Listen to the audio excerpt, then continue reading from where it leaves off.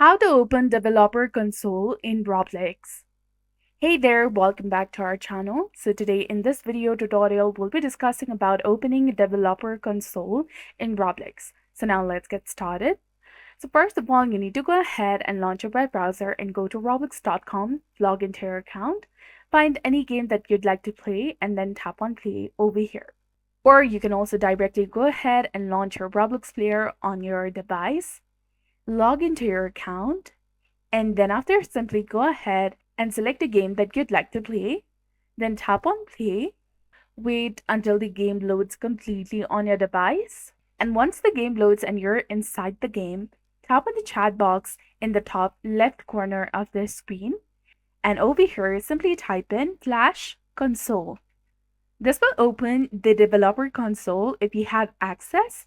And another thing you can do is you can also go ahead and simply press F9 key on your keyboard while in the game, and this will display the developer console along with the memory logs and other information.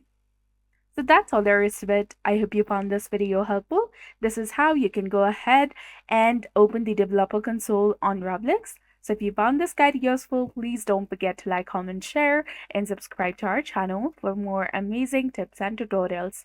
Thanks for watching. See you in the next one.